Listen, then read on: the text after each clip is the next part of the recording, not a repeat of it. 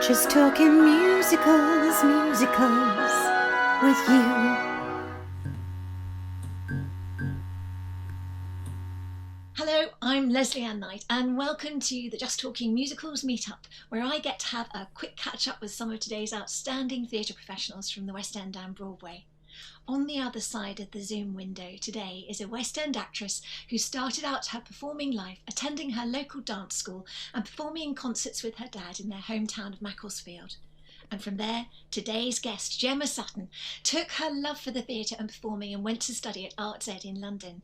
Her CV boasts an enviable lineup of musicals, including Oklahoma, Legally Blonde, Me and My Girl, Chicago, Blues in the Night, Hairspray, Carousel at the Arcola, Strictly Ballroom at the West Yorkshire Playhouse, and most recently appearing in some of the most outstanding shows to grace the West End in many years, including Gypsy at the Savoy Theatre, playing both June and Louise alongside Imelda Staunton, Young Sally in the Royal National Theatre's stunning return production of Follies in 2019, directed by Dominic Cook, and she then topped the year off playing Kate Draper in Conor McPherson's lavishly praised musical The Girl from the North Country at the Gielgud Theatre. It therefore gives me the greatest pleasure to welcome Gemma Sutton to the meetup today. Hello, Gemma. Hi, Lesley. Hi. Hi. Lovely to be here. So thank you for having me. Oh, it's a pleasure to meet you. It's wonderful. The meetup is all about 7 questions, and inevitably at the beginning of this interview, of course, we're in February 2021, and we're all just coming to the end of about 10 months in lockdown in one shape or other. And I was just wondering what your work diary was looking like when this all started last month, March.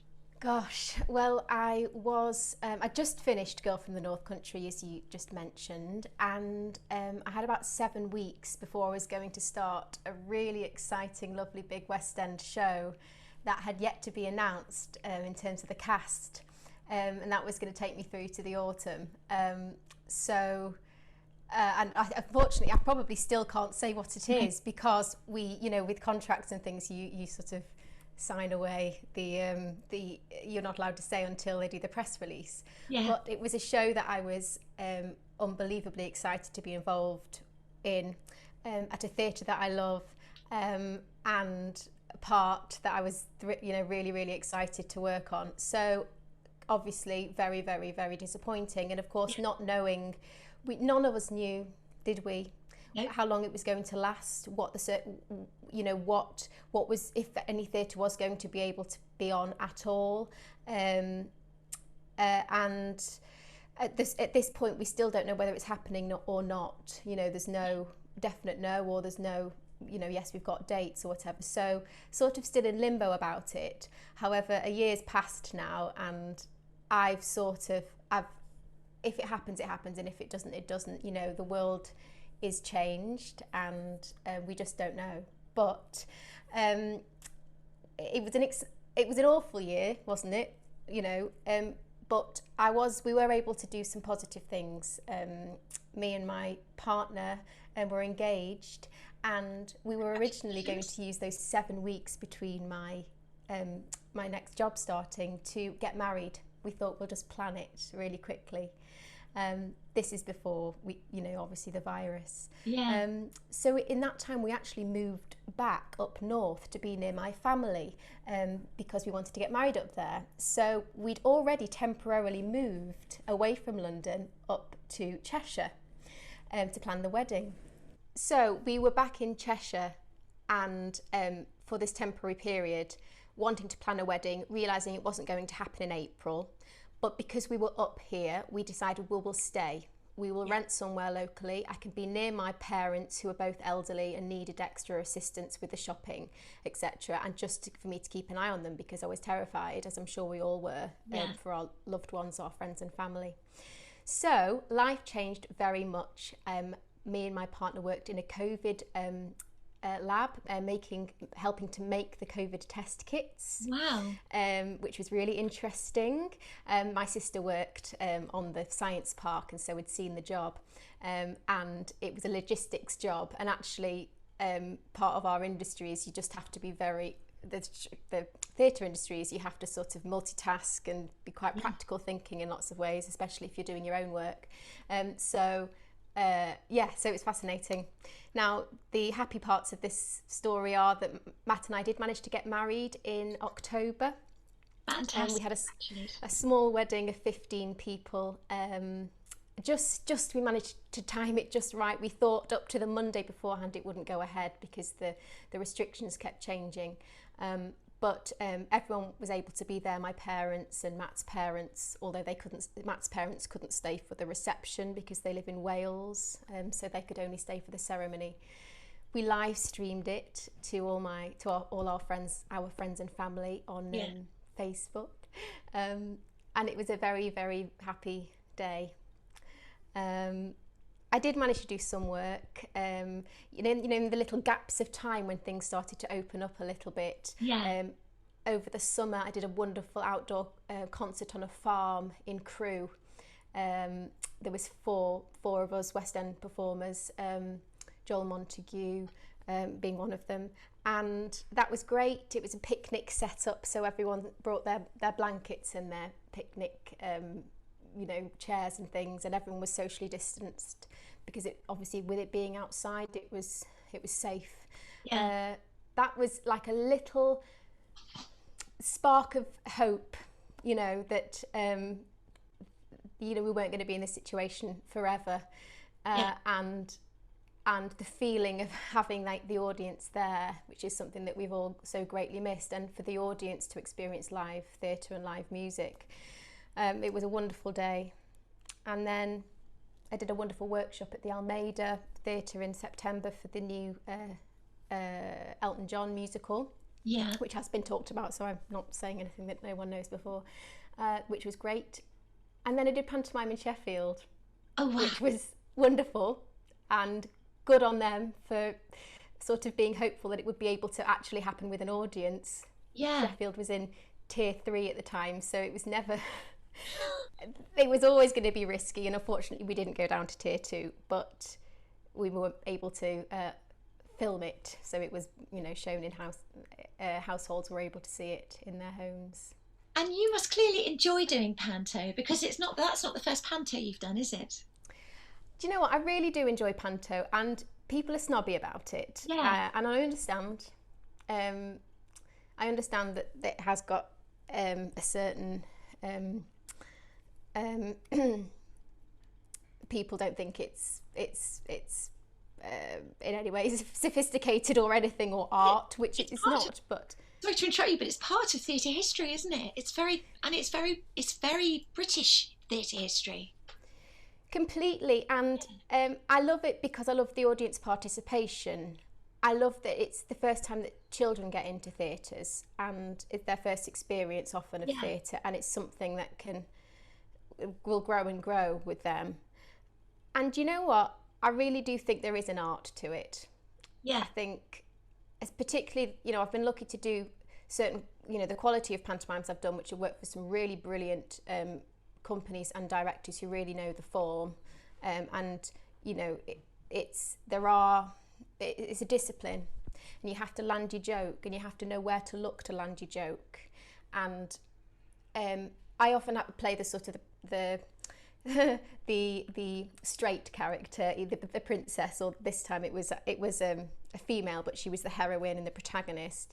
They're the storytellers. They don't have the jokes or the slapstick, but they have a really important role in the journey of the piece. So I know I'm talking about pantomime as if it's sort of Chekhov, but I really appreciate what it takes to do it well. And it's wonderful, and people come back to it over and over, don't they? I think, the National had plans for a panto, didn't they, for everybody? And it's the perfect thing to make people, what we really need right now is a good laugh. That's the perfect thing for bringing everybody together and making everyone make a noise again, isn't it? That to be able to just laugh and react and be a part of everything again. That escapism, is something that we really need more now than ever. And I think when theatre does start to recover, we are going to see more of the shows that are the nostalgic, feel good. Let's take ourselves out of the feeling that we've had over the last year. Yes. And it makes it more understandable looking back in history for the 1920s. It made me really, really think, because I studied the history around that time, and really made me think about what people in 1918, after the First World War had finished, and then they had Spanish flu to contend with, and not the medicine that we have today. And then suddenly, as if by magic, the Roaring Twenties kicked off, and you could be mistaken in the recent times or less recent times in the past for thinking, why was the 1920s so exciting? Why was everybody always partying? I get it now completely. yeah. Well, when we are going to be, if we are going to be able to party again, I mean, what parties they're going to be, hey? Yeah, because it's celebrating being together again, isn't it? And let alone having a social life, it's being with your family and being with everyone and being able to partake in community things again would be amazing. Yeah, connecting and that community sense, and never mind physical touch. We as humans, we need these things, don't we? Yeah, and I also love the fact that you talked about the fact that you did your gig in the field on the farm, because other people have talked to me about and saying, I think theatre is also going for a while be small scale and entertaining, and people are going to take it upon themselves to go around the country and entertain people, and that because people are absolutely starved of it right now, aren't they? It's really interesting that you mentioned that, and maybe perhaps later in the interview I'll talk a bit more about that very thing that you've just mentioned and my sort of plans for the future. Oh, how exciting, I can't wait. So moving on, well, I suppose we've come to our third question, which was, I've sort of changed this question over the course of the year, because I now feel that everybody is tired of saying what do you think the government should do, because we've answered that question a million times. But it's related. It's how do you envisage theatre's recovery as we come out of this crisis, and try and get theatre up and running in the way that we've known it in the past. Yes, I think it's going to be slowly, gently. I think I really admire those producers and companies that try to get things going every time we've had a little window of lesser restrictions. But I dread to think of the money, the all that organisation and everything that's gone into it that has gone for nothing. And they must be feeling very, very, very downhearted and terrified about it. Not how can you possibly know what date to set to say we're opening on this day, and all the work, all the logistics, all the background work that goes on to get shows and things on. It's perhaps something, as we know, the government don't seem to realise that it does take weeks and months of work to get audiences back into theatres. I believe that I'm looking forward to this year. I feel like we've turned a corner. I think the vaccines, it's looking really promising. Obviously, we've got lots to still worry about and things, but it feels good. And I feel like in West End commercial theatre, the producers will make the choices of those big ones that we all know and love, and the safe bets.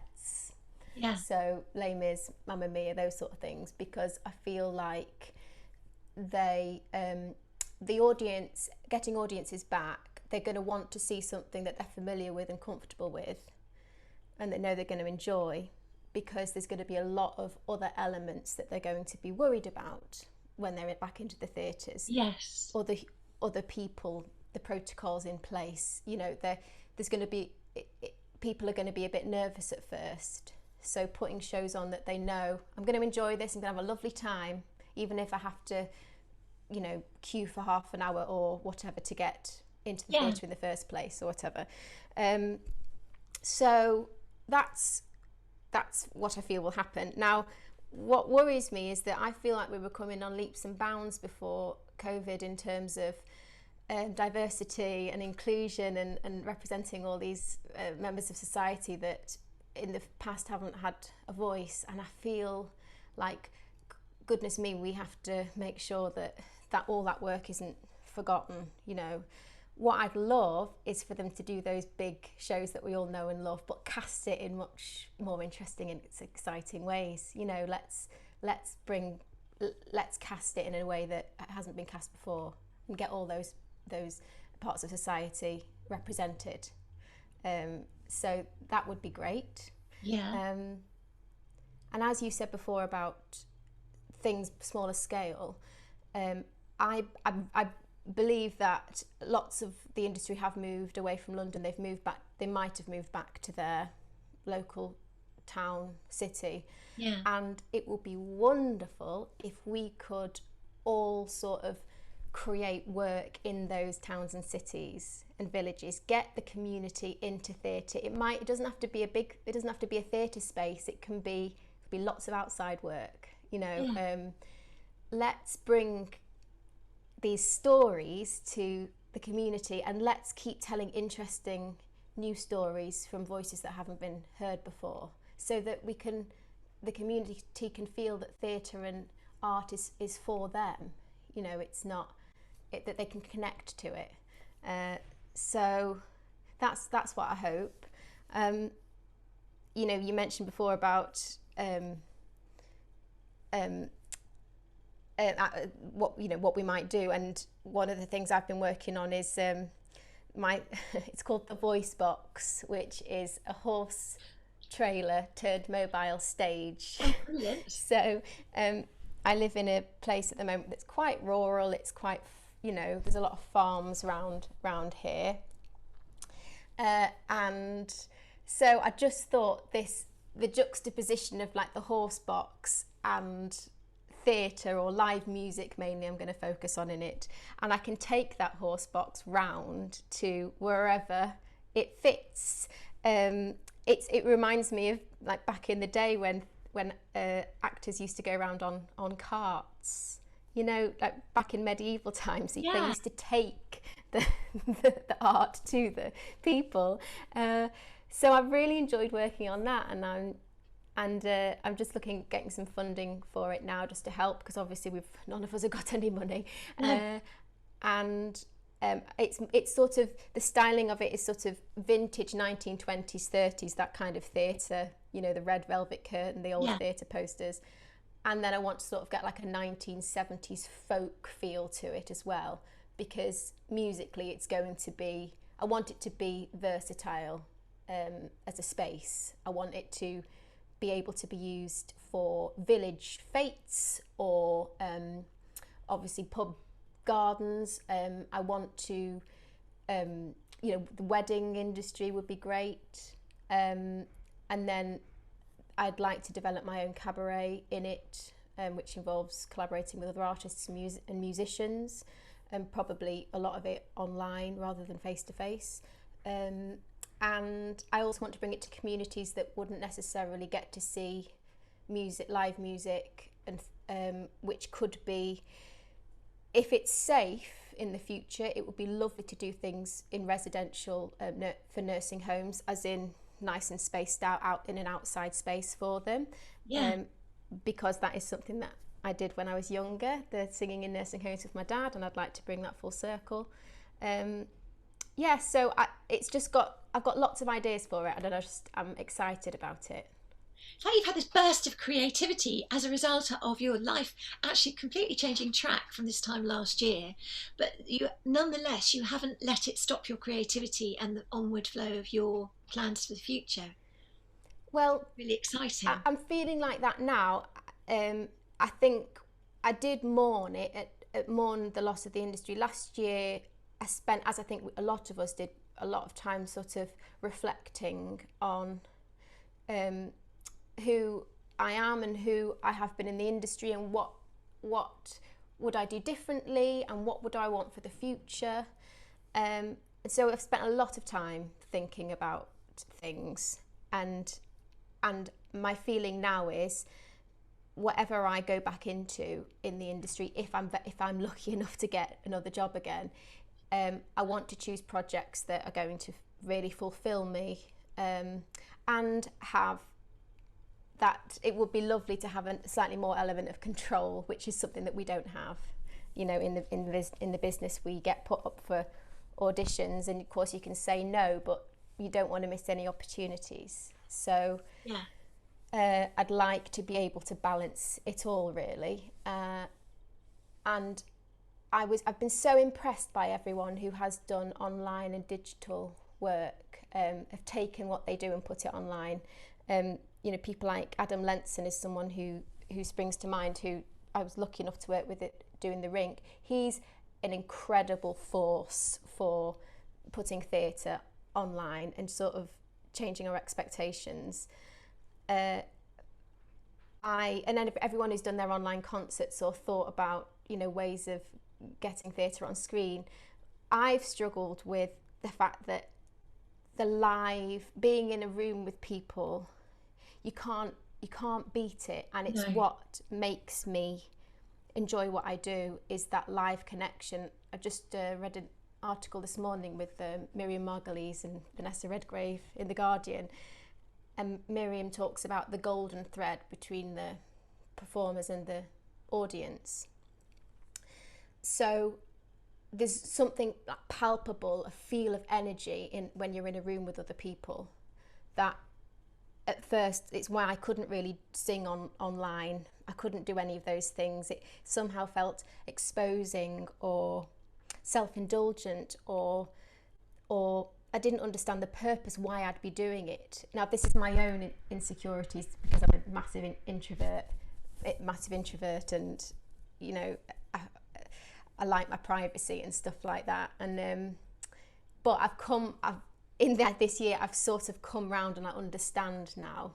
And I do want to explore digital and online work, because even I think we're a long way off having those full houses of thousands of people watching theatre. I think we are going to have to adapt.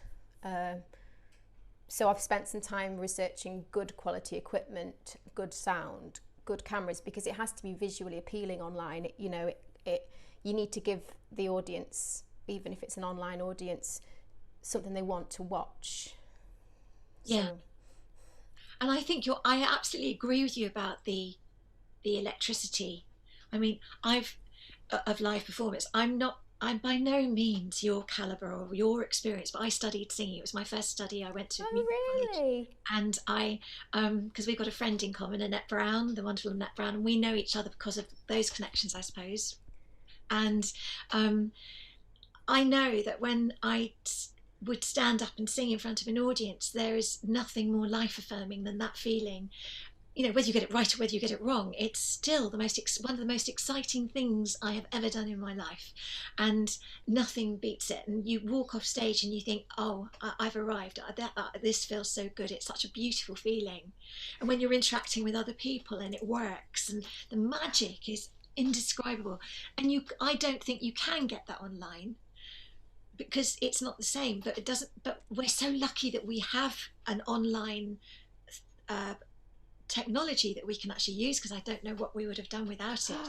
You're absolutely right. Yeah, I hadn't really thought about that. Like back when we're talking, you know, Spanish flu, 1920s, they couldn't express themselves. No. And that must have been really, really, really hard. Anyone who's naturally, it's where they feel most alive, which is what you're talking about, being on stage.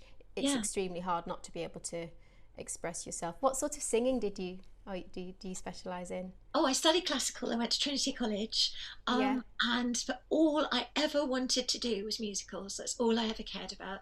And it was in the days when there were no musical theatre courses, but so I studied classical properly for 9 years, and so but as soon as I left, I went straight off and became a backing singer and started doing things. But I just never quite had the confidence to actually make it as such. But life brings you different opportunities doing the things that you love, doesn't it? And I teach singing now and specialise in musical theatre.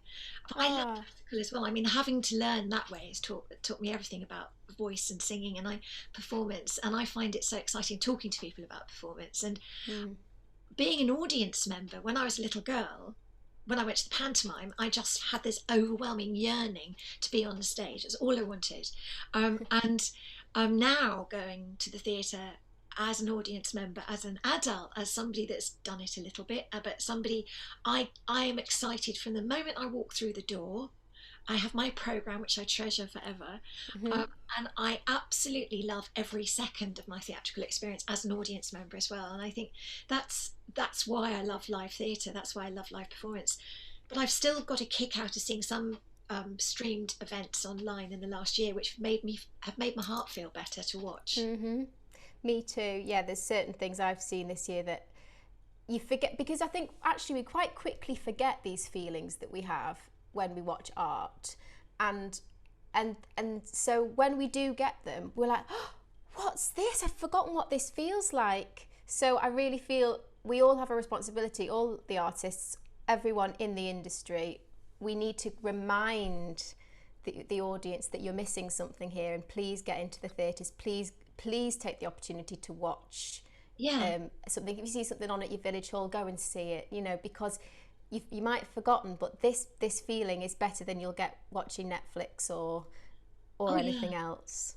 And the other thing about taking theatre out into the community in the way that you're talking about is also so important, I think, now, because drama, the arts, are being so crushed in schools, and without getting too political here, but children are singing less and less in school. They're doing fewer and fewer activities in that respect in state schools, and I think that it's absolutely essential that the opportunity is still there, especially as regional theatres have been particularly struggling through the last year as well.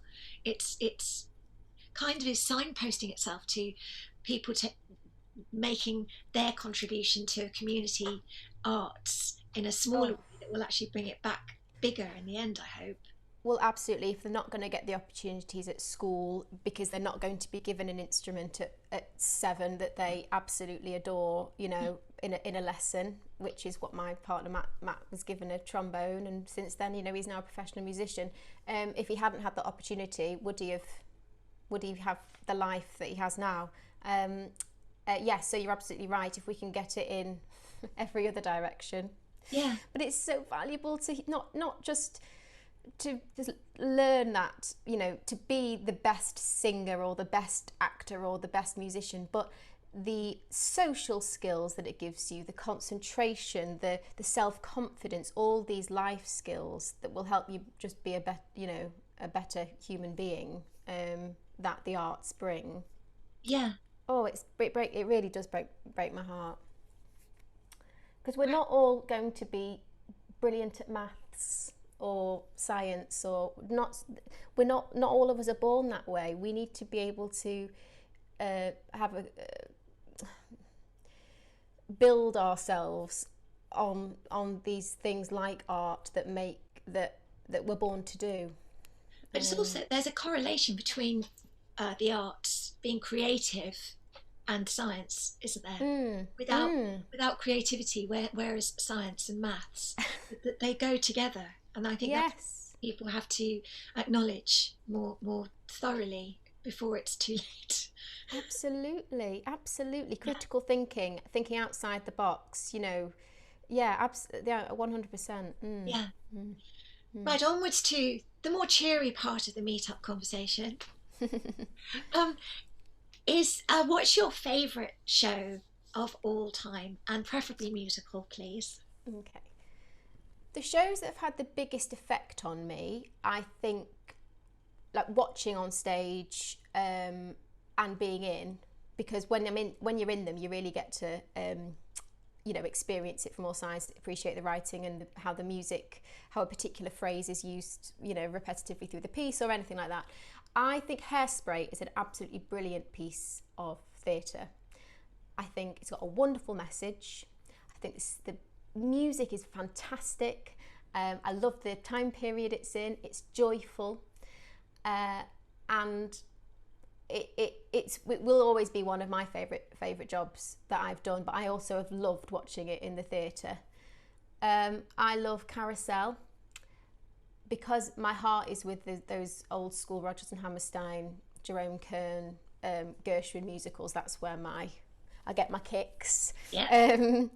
And I just love Carousel because it's a difficult show. I mean, really difficult subject matter. Yeah. but particularly the If I Loved You sequence, that sort of, gosh, is it 12 minutes, something like that, of a sequence of writing is my favourite part of, musical theatre writing ever. And I've read in an interview that you're talking about that because when you played Julie, that you were in a much smaller space. That was at the Kiln, wasn't it? No, wait a minute. That was the Arcola, actually, yeah. Yeah. And I recall you talking about the way that you wanted to be brave and the way that you wanted to actually play that part because it was in a smaller space. Yes, I mean, I've sort of I'm slightly changing my opinion on this now. You know how we grow when we get older. I often say about what I love working in small spaces, which is why I appreciate the Fringe and off West End theatre so much in London, is you don't have to play up to the gods. You can everywhere. It's very intimate, and it's you don't have to push. And that's why at the time I loved playing Julie at the Arcola in that small space, because I absolutely was never going to display too much emotion. It was going to keep it completely internal, and because I believe that's sort of who Julie is. She's not she's not an extrovert. She's a very sensitive, damaged person who is internalizing a lot. And so I was really testing myself in stillness and making things and never displaying or showing too much. And I didn't realize it was going to be so effective as it was. I mean, I believe that whole show worked really well, but I didn't realize the power of that kind of performance before. And the reason why I'm slightly changing my opinion on things is I'd love to think that the smallness of the performance that I gave in that would have read at a 3-tier West End theatre, and it's possible that it would have, Yeah. So I've just been watching Uncle Vanya on that's on iPlayer at the moment, and I was thinking, have these performers adjusted their performance because they're on screen rather than if they were doing it in the theatre? And I don't think they have. I think they're playing the character truthfully, Yeah. And I think it's something that we perhaps, particularly as musical theatre performers, that we're possibly trained in a certain style of performance, that I think we possibly don't give ourselves enough credit, that you can actually just be a bit more and don't I'm trying to think of the word I'm thinking about, when you sort of project and display and you emote too much, kind of thing. I worry that we do ever so slightly sometimes overdo things in theatre, possibly because some of the books of musicals, some of them aren't the best.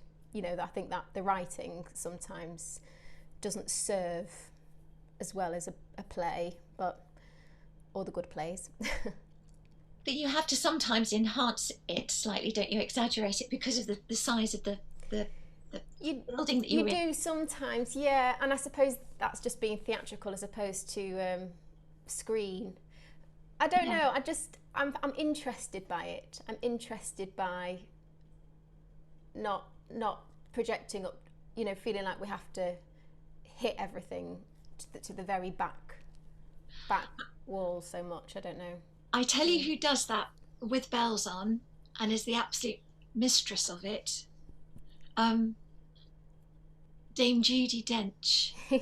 Yes. Isn't she fantastic? I saw her singing Send in the Clowns at the National, and it was so personal. It was so introvert, I suppose, the way that she just delivered it, and she could just sitting on the bed and just not showing anything, and she was still, and she blew me away. I just sat there. I was watching it on my own, and I even if I had been with anybody, I would have been able to speak for at least 20 minutes after that. It remained, and also that performance has remained with me forever, because it is such a, if you do that right, it is so powerful. Completely. I think it's when you bring people in, bring the audience to you rather than you like slapping the audience around the face with your performance. It's having, but that's what makes a star. Someone who has so confident in their own aura and their own presence that they know that they can, there's a magnetism that they don't need to push. The audience will come to them. That's hard to teach. It's hard. It's just that magical quality that people like Judy Dench certainly have. So that's Carousel, going back to your favourites, and yes. Hairspray. And going back to the first choice, Hairspray, you were on tour with Hairspray, weren't you? Mm-hmm. And that, normally people say when they're on tour, oh, it's exhausting being on tour, and away from home and all the rest of it. But when you've got a company that works right together, that tour and I gather that tour worked well together. It must have been like being on one long holiday. Yes, you're absolutely right. It really did work well together, and that's the combination of excellent casting, really lovely group of people. I've got friends on that show that I will always have, like Lucy Benjamin and I got on like a house on fire, who played Velma, my mum, Paul Ryder, Mark Benton, Daniel Stockton, amazing people, another reason why that show worked well is our rehearsal process was, as it always should be, was as detailed, diligent and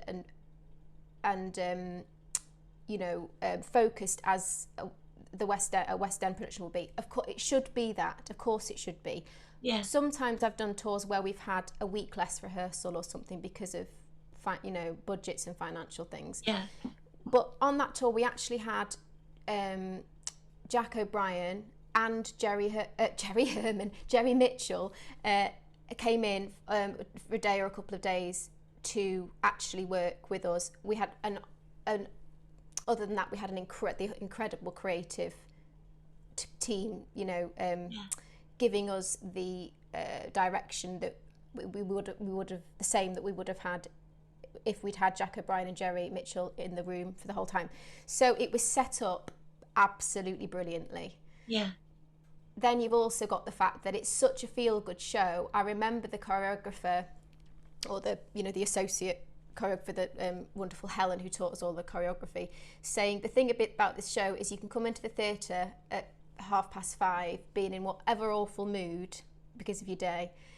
As a performer, whatever's happened at 10 o'clock that night, you will be in a brilliant mood because the show just naturally takes you on that journey. And it's true, that show has this effect on you. You can't help but have a joyful time. Exactly. And of course, that's one of the shows they're hoping to bring back into London later this year. Yeah. You think, oh, I wonder why, because it's absolutely everything that people need, isn't it? Absolutely. Yeah. It's a brilliant show. Yeah. Where are we in our questions? Oh, who's your favourite musicals artist today and yesterday? Okay.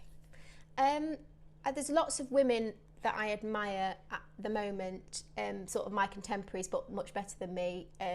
Carly Borden, I adore because I just think she's got an incredible authenticity about her, and I've seen her in a lot of the knee-high wise children stuff. She's very, very special. She seems to be extremely present in everything that she does, and this beautiful purity of voice that isn't affected in any way. I think I always am completely fascinated by everything that she does. Katie Braben is another one I love. She's a friend, but I like Katie because she's, musical theatre, I feel in the past, this sort of conventional kind of casting where everyone plays parts a certain kind of way or whatever. Katie throws all that out of the window, mainly because she's an extraordinary actress and she's just completely brilliant in everything that she does, and again authentic, and she's rock and roll, she's cool, she's a brilliant pianist and vocalist as well. So I was lucky enough to work with Katie in Girl from the North Country, and she's just brave. I think it's people being brave that I like. Yeah. And Jessie Buckley as well, who I know isn't doing musicals so much at the moment, although obviously she did do that great film, was it something Rose? But I admire her because I just think she's had like what a journey, you know. She was on the Nancy programme, wasn't she, the Andrew Lloyd Webber? Oh yes. And then she didn't win, she came second, and then she went to RADA, and then from that her career as an actress has just completely, you know, gone off the scale. And I imagine at some point she probably will, if we're lucky enough, we'll have her in a West End or a Broadway musical. But she's someone who I admire enormously as well. And it's interesting with those programmes because people, again, there's a tendency to be snobby about them, but some really truly talented people come through, don't they?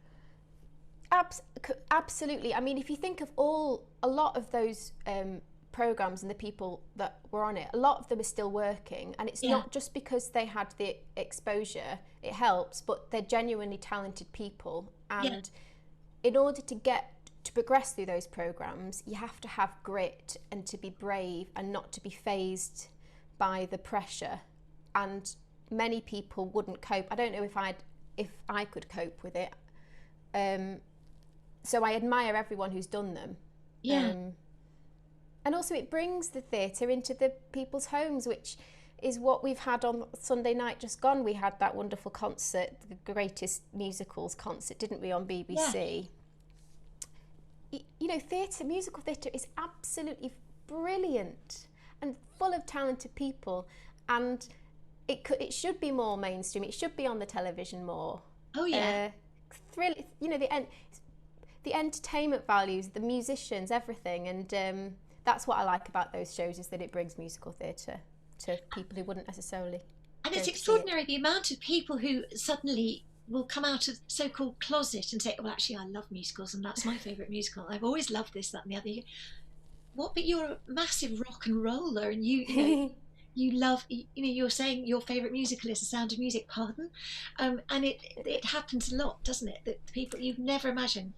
And also some actors that you'd never imagine are actually, they started out as song and dance people, and you think, wow, you know, it's quite something. If there is an element of snobbiness about musicals, you know, some people do say, as a blanket thing, I don't like musicals. Well, this is an Adam Lenson quote as well again. It's nonsense to sort of say that, because you don't say, I don't like films, I hate films. There's some films that you like and there's some films that you don't. You can't bunch them all up in one big, you know, something that's exactly the same.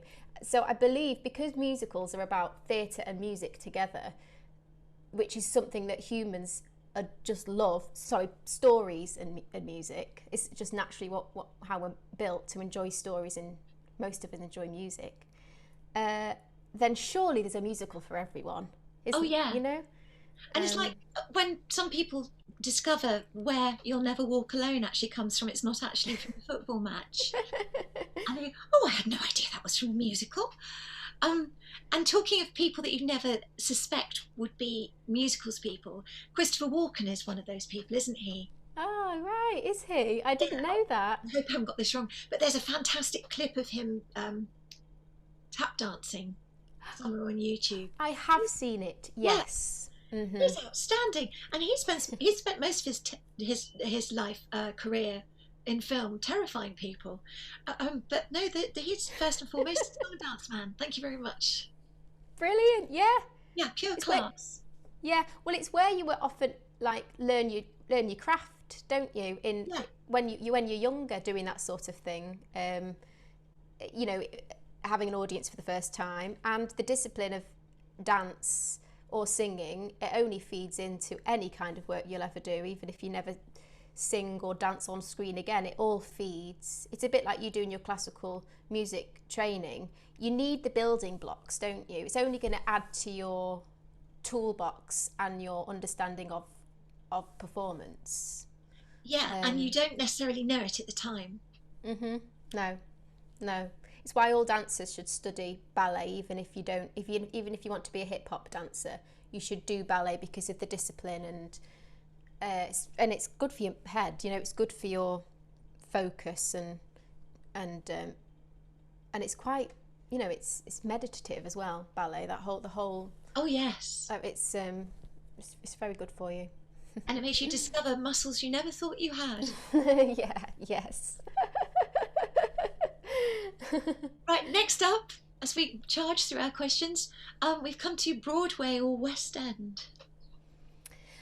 Well, my instinct says West End, because that's what I've got experience in.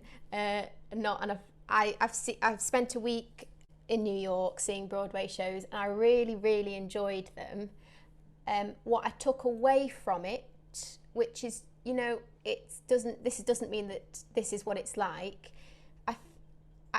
I feel perhaps Broadway has a certain sheen about it. Everything's very, very perfect.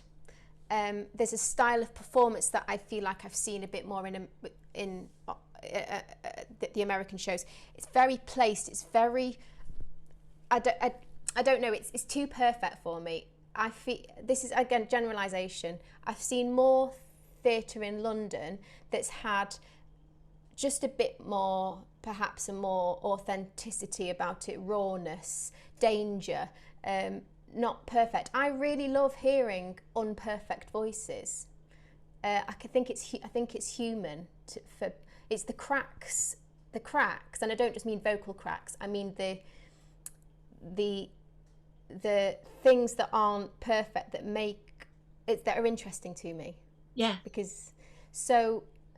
And the reason why I've seen more of that kind of theatre in London is because we've got this brilliant, vibrant off-West End scene that I know that there's off Broadway, but I feel like our community, some of those smaller shows, say at Southwark Playhouse, the Union, the Arcola, the Kiln, they get as much publicity as the big shows because we've got a brilliant press. You know, the theatre press, I think, is really great in our country. They get celebrated as much as the big shows, and therefore performers that wouldn't necessarily, you know, aren't on the top dollar or the top profile, they're getting seen and acknowledged, and that's how we get new talent. Yeah. You know, so that's what I find thrilling about the West End, or, you know, London work. Yeah, I get that. But when you started talking about people that don't have perfect voices, it took me straight back. I've been doing some research recently on Guys and Dolls when it was first put together, when they first wrote it. And one of the things that they were looking for in their auditions was people with bumps. Ah. And they had quite a dodgy lineup of characters because they were searching high and low for people who weren't the standard Broadway person that you would normally get. Mm-hmm. Stubby K, who became very famous, and he played nicely, and was famous for singing "Sit Down, You're Rocking the Boat." He was what's known as a Borched belt singer. I mean, he was doing the cabaret scene. He'd never done a Broadway show in his life. Sam Levine was an actor who said he could sing a bit when he auditioned, but they realised when they were into their rehearsals that he couldn't really even sing a note, and he just absolutely thoroughly struggled. But they still got away with it, but they didn't know until opening night whether they were actually going to get away with their lineup that they'd picked. But it's this whole thing about wanting believable characters. They did that as well, although it was a different priority that they're looking for with West Side Story when that was originally cast, because I think they were putting adverts in the theatrical press looking for teenage delinquents. Right. Wow, how brilliant. Well, it's because it's real, it's authentic, and the audience will probably relate more to those characters than something that's overly rehearsed or overly affected in some way. Yeah, and I was going to say, they got some of the best dancers Broadway could ever muster, didn't they? I mean, for Guys and Dolls. Yeah. And so just because you don't necessarily look the part doesn't mean to say you're not going to be able to deliver with bells on. Well, that's absolutely completely precisely right. We need to just think a lot more out of the box. It's making sure that people who don't feel that they fit the box, whatever this stupid box is, make sure that they get the opportunities. That this is the challenge, and it's something that we're going to have to continue to really work on. Somehow find this wonderful talent that deserves to be out there. Right now, then, would you believe we have found and finally come to our final question? And it is, if you were to write a book about your life up to now, what would the title be, and what would your favourite chapter be?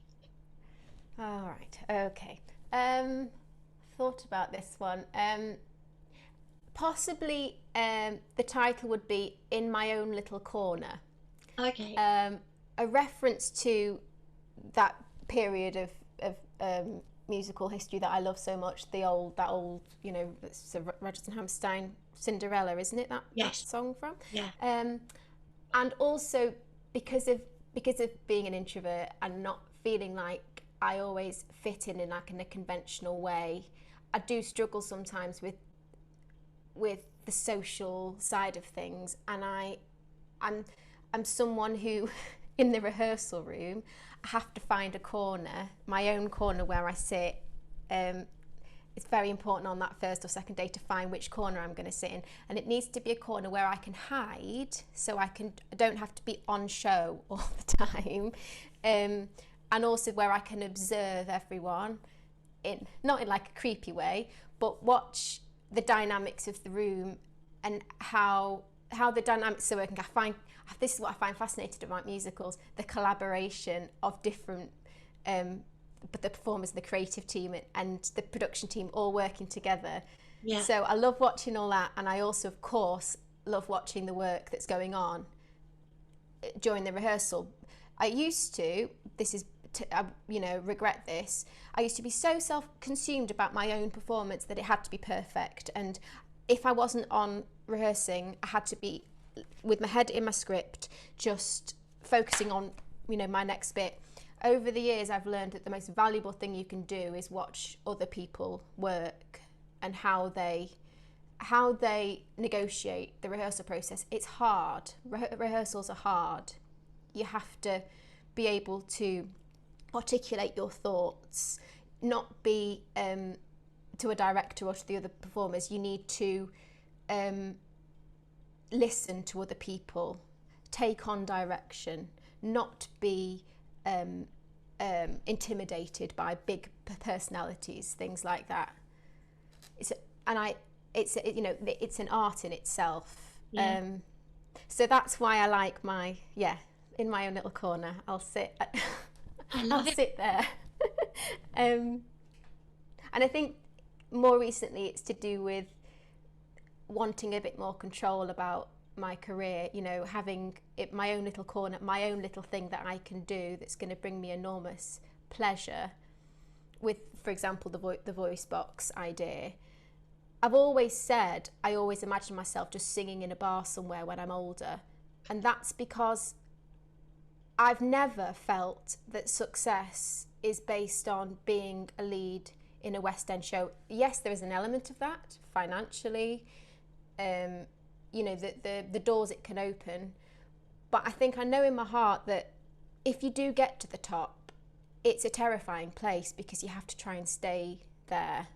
And we need to all remember, I think, that as long as we're making art and we're somehow doing it, even if it's just in a small place, as if you're affecting someone and giving someone a nice time, making them think, I think that's what I get a kick out of. I know I sound a little bit over the top, but I do believe that it doesn't really matter where we do it as long as we're doing it. Yeah. And it's fascinating, isn't it? People talk about, you have this goal that you when you start out, you have this goal that's my ultimate dream, that's what I want.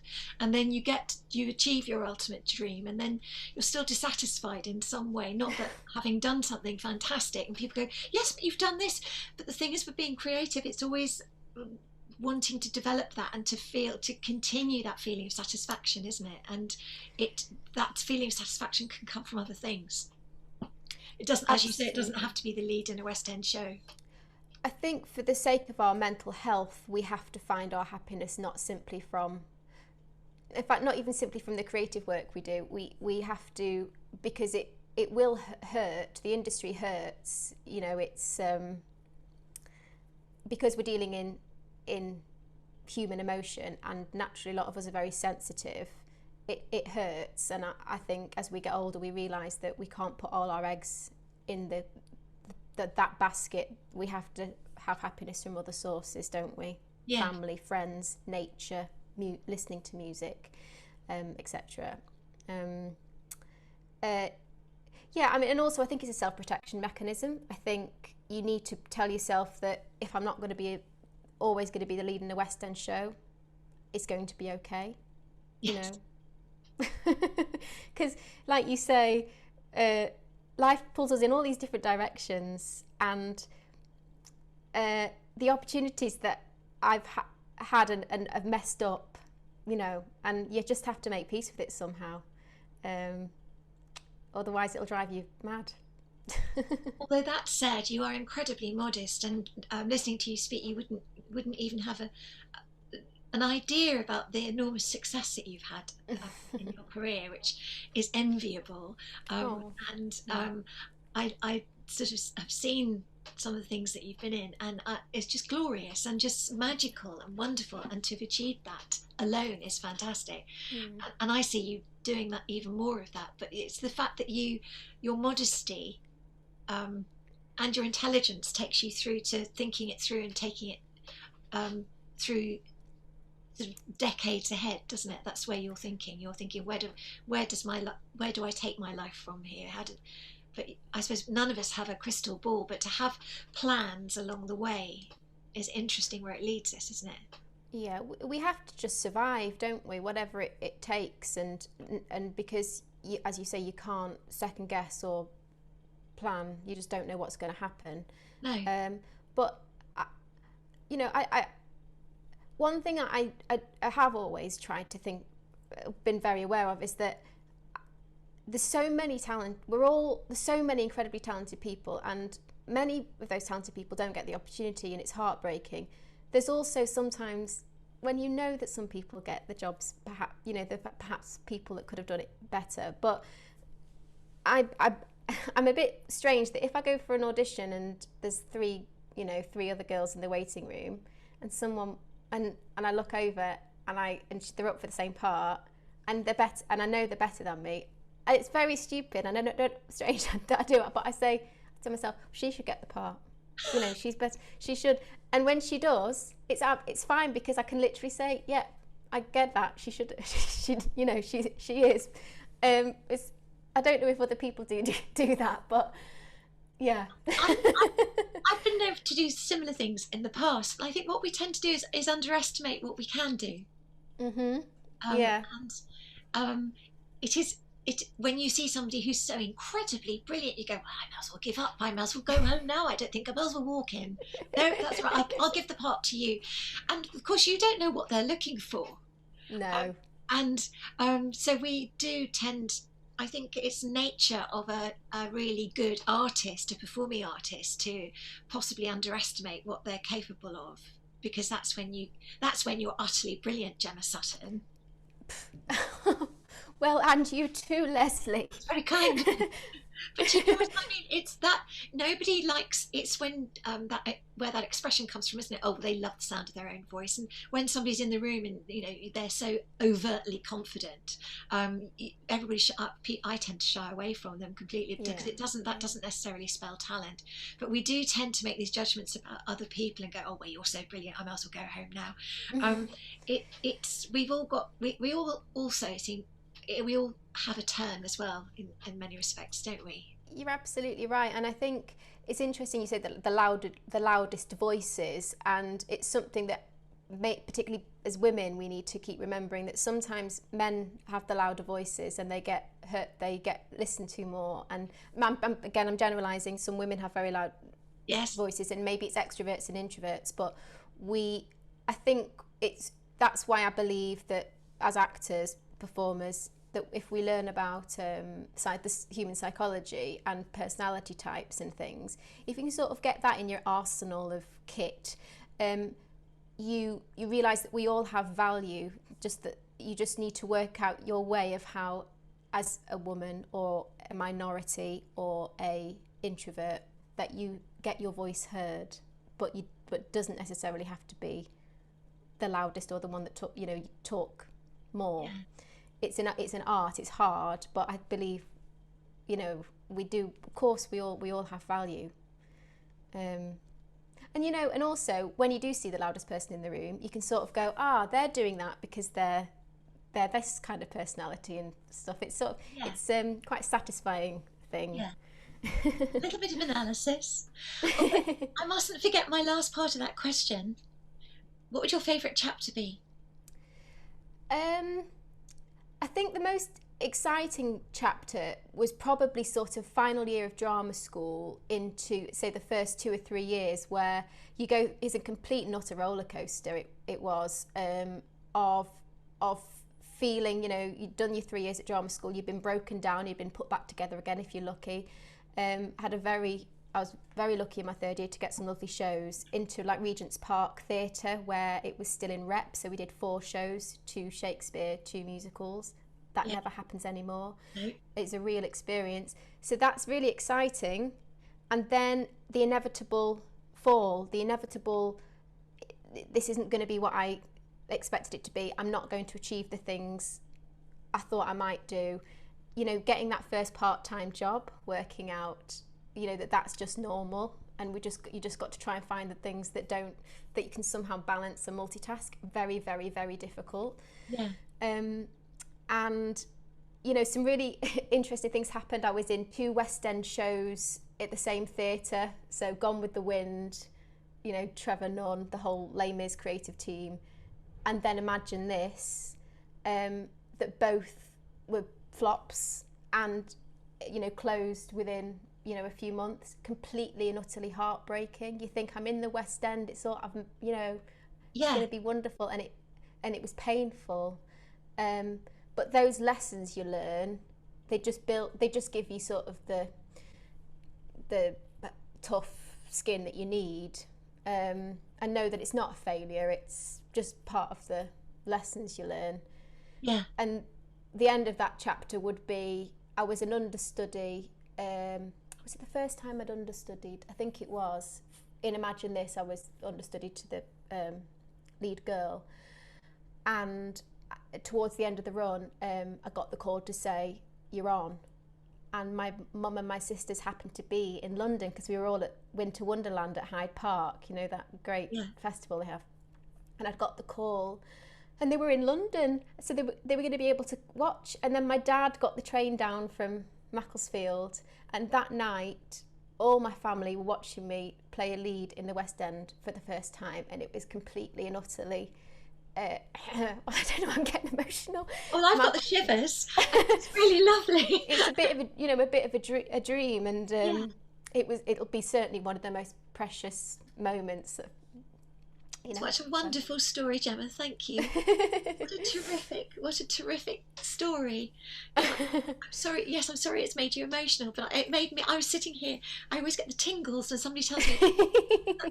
It's so touching and so moving, because it means it's so important to not just you, but to all of your family and your parents, your family to be so proud of seeing you achieve your dreams. It doesn't matter what the press thought of it, frankly, does it? It's the fact that you were there. It was at the New London Theatre, wasn't it?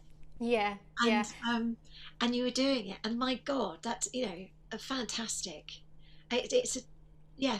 Well, it was. I actually it was a good show that it got. I understand why it didn't work for people. Musically, it was brilliant, I thought, and I got a lot out of it. But in terms of family, I am very close to my family, and they've given me such an enormous amount in terms of support, and they'll go and see me, in everything. And even though Mum and Dad find it a bit harder to physically get there, they'll be there if they can. And my dad is the reason why I sing, because he plays the piano, and Mum is the most incredible emotional support and taxi driver you've ever known. You know, she used to take me to all my dance classes and everything.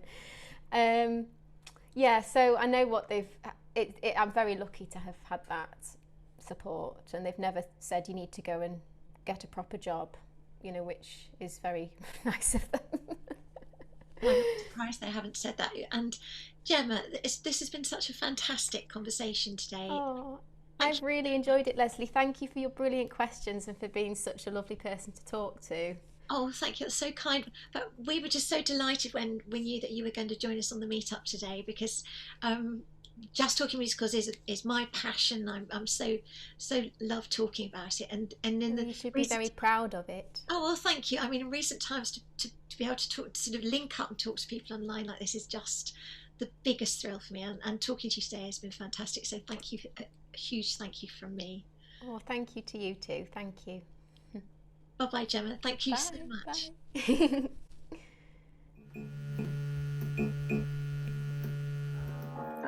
Just talking musicals with you.